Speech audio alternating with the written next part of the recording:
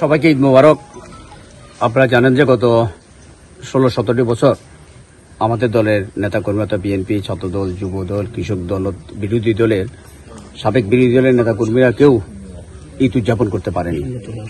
এবার আলহামদুলিল্লাহ একটা মুক্ত পরিবেশে আমরা ঈদ উল ফিতরের ঈদ উদযাপন করছি এবং দেখছেন প্রচুর নেতাকর্মীরা এই সময় ঈদের শুভেচ্ছা বিনিময় করছে, এলাকাবাসী আসছে।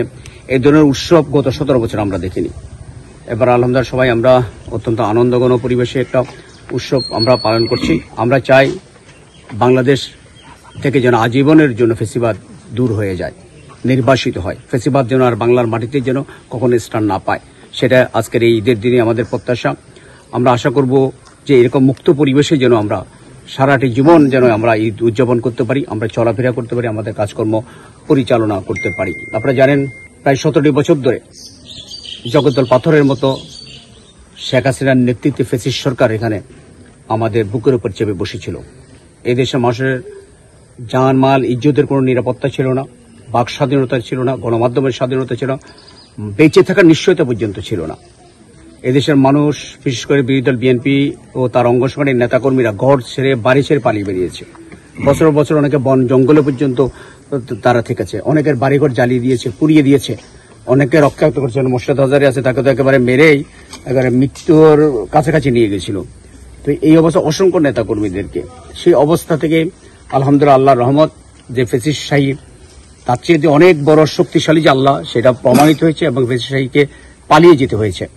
আজকে আমরা আবার কোনো ফ্যাসিস্ট আসুক বাংলার মাঠে, অতীত স্বৈরাচারের লোকরা আবার এখানে স্থান করুক, সেটা আমরা চাই না। আমরা চাই বিশেষ করে ফটিকছড়ির ক্ষেত্রে আমরা চাই ফটিকছড়ি একটা শান্তির ফটিকছড়ি হোক। এই ফটিকছড়িকে একটা সন্ত্রাসের জনপদে পরিণত করেছিল বাংলাদেশের, যেখানে আপনার কথা হয়তো ফটিকসের নাম বললেই কটাক্ষ করে বা দুষ্টুম করে মাঠ বলতে কেউ AK-47, অর্থাৎ বাংলাদেশের সব AK-47 অর্ধেকেরও বেশি ফটিকছড়ি থেকে উদ্ধার হয়েছে পেত। আজকে সন্ত্রাসীগুলো নেই, তারা পালিয়ে গেছে। আমরা চাই ভালো হয়ে তারা ফিরলে ফিরুক, কিন্তু কোনো সন্ত্রাসের জন্ম যেন এই ফটিকছড়ির মাটিতে না হয়।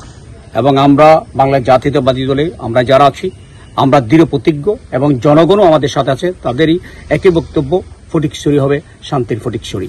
এখানে কোনো সন্ত্রাস থাকবে না, এখানে দুর্নীতি থাকবে না, অনিয়ম থাকবে না, মাদকের ছড়ি থাকবে না। সে অঙ্গীকার আমরা গ্রহণ করছি।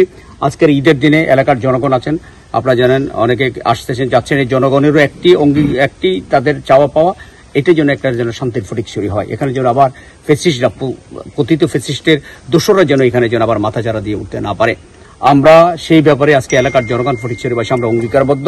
এই ফটিকছড়িকেই আমরা উন্নয়নের ফটিকছড়ি করব, এই ফটিকছড়িকে আমরা শান্তির ফটিকছড়ি করব, মাদকমুক্ত ফটিকছড়ি করব।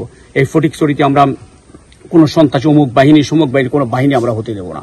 এই ফটিকছড়ির বাহিনী হবে একটা ফটিকছড়ির জনগণের বাহিনী, জনগণই হবে এখানকার সবকিছুর নীতি নির্ধারণ, জনগণের ইচ্ছায় সবকিছু পরিচালিত হবে।